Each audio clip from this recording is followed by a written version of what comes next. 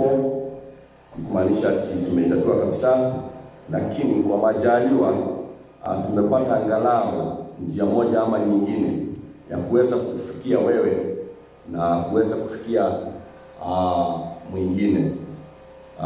Tungeomba sasa tuanze pamoja. Wajua sandio huo umeomba sana, na ili tuweze kuokoa wakati. Mwela kwa yashia ni mwetekere toro madhani mathiete muno muthe no turemwo ni guthoma mathaa maria tuthomaga mothe toro toeto ngire ati turenda gucaira aria maguthie kanitha ukungi aria gathugu katholiki gathugu indi aria maguthie gukuri na maguthie kukungi ni wega tumacaire othe mahote guthie tondu tigũcindana tũracindana nĩ gũkũrania tũrakũrania. Ũmũthĩ today nĩ ngwenda kwambĩrĩria na Gĩthũngũ once again tondũ wa ayuthi aitũ, ũguo nĩ ngwenda tũmwĩtĩkĩre tũtwara na ihenya for the next 1 hour or so. Now, last Sunday we were talking about blessings. And indeed, I said, or we said that we should always consider whether we received blessings from the two main sources of blessings. The first source of blessing was your parents, your father and your mother, because this is your beginning. The word says, in the beginning, God created. And in the end, God will be there. Therefore, always, the destiny of any man is from God to God. And it should always aim to achieve that. Because you are connecting two cardinal points between Alpha and Omega, beginning and the end. There is no shortcut in life. You cannot help it if you don't align yourself to this very line of Alpha and Omega. Most people have ever thought that they can do so. What am I talking about? You made a feed from Alpha to Omega and go to any other direction. Let me take a simple analogy or a simple comparison between the line of Alpha and Omega. Most of you know the line that passes at the center of the world called equator. The line of equator, that is where we find sunshine almost 365 days in a year. Now, it goes without saying that around equator, it is warm. Therefore, once you run away from equator, it is cold.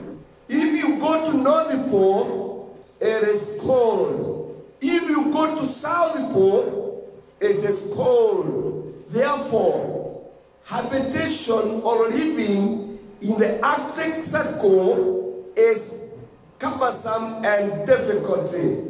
Therefore, it is always advisable that if you know you have gone very far from equator, try and get nearer equator, because it's going to be warm and your life is going to be enjoyable. Therefore, our young people, come nearer equator. And the equator is Alpha and Omega. Alpha and Omega is starting in God and ending in God. Therefore, realign yourself, realign your dreams, realign your destiny with Alpha and Omega. This is the key thing that we should consider before we start our message today.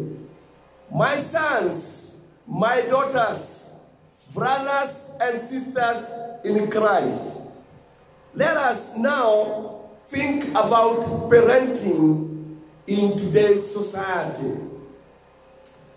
As we have discussed, it is clearly understood that Jesus grew and he was loved by men, by people, and God.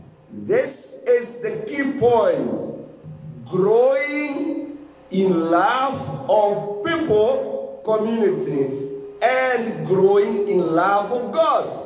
Meaning, for a young person, for any young person, to achieve much in his or her life, he needs to have admiration, acceptance, appreciation from the community, from the society, and from God. And this is the bone of contention today, because most young people are not ready to receive appreciation, commendation from the society and from God. Jesus received from the society and from God. My son, my daughter, my grandchild, have you received commendation? Have you received appreciation from your society and from God? Have you? If you have not, then you should go back to the drawing board, because you badly need to receive commendation, approval from the society and from God. And if you do so, it means that your chances of success are higher, and actually they are going to be godly and they will be divine.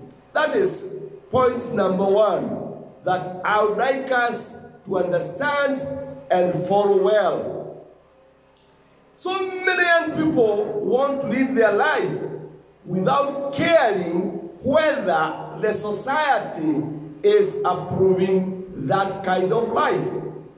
My friends, in the entire Bible, there are so many stories or analogies or narratives that talk about children and parents. Children and parents. In other words, that is what we can call parenting. Parenting. And once we come to that, then it goes without a saying that we have to consider one or two chapters in the Bible. The first one that we read was in Matthew. And actually, according to the Bible, is that the story, the narrative of Jesus Christ is written in the book of Matthew, Luke, and Mark. Mainly. It is written in the two books, or in the three books, I mean. Now, that being the case, we have now to consider and ask ourselves, Jesus received blessings from Joseph and Mary, but first and foremost, he received his blessings from God. And then he was dedicated in the hearts of Simeon.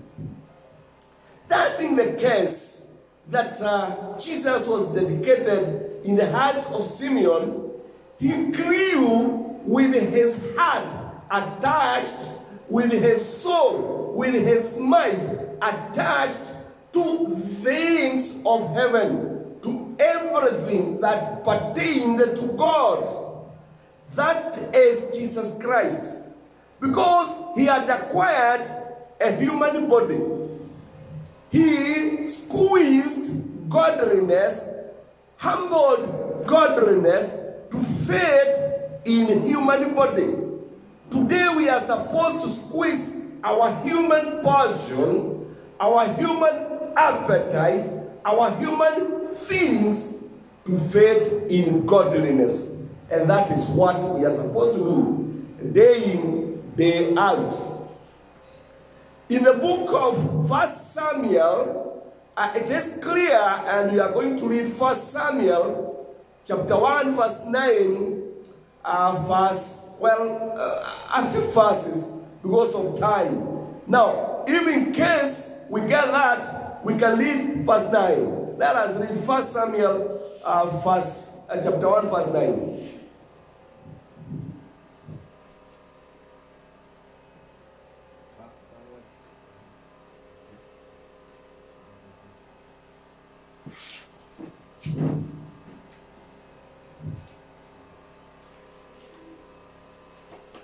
First Samuel chapter 9. 1 Samuel chapter 9. Chapter 1 verse 9. Then after the eating and drinking in Shiloh, Hannah rose up. Now Eli the priest was sitting on his seat at the doorpost of the temple of Jehovah. Now, we want to understand about Hannah, who was barren for so many years. Actually, for about 10 years, Hannah was barren since marriage.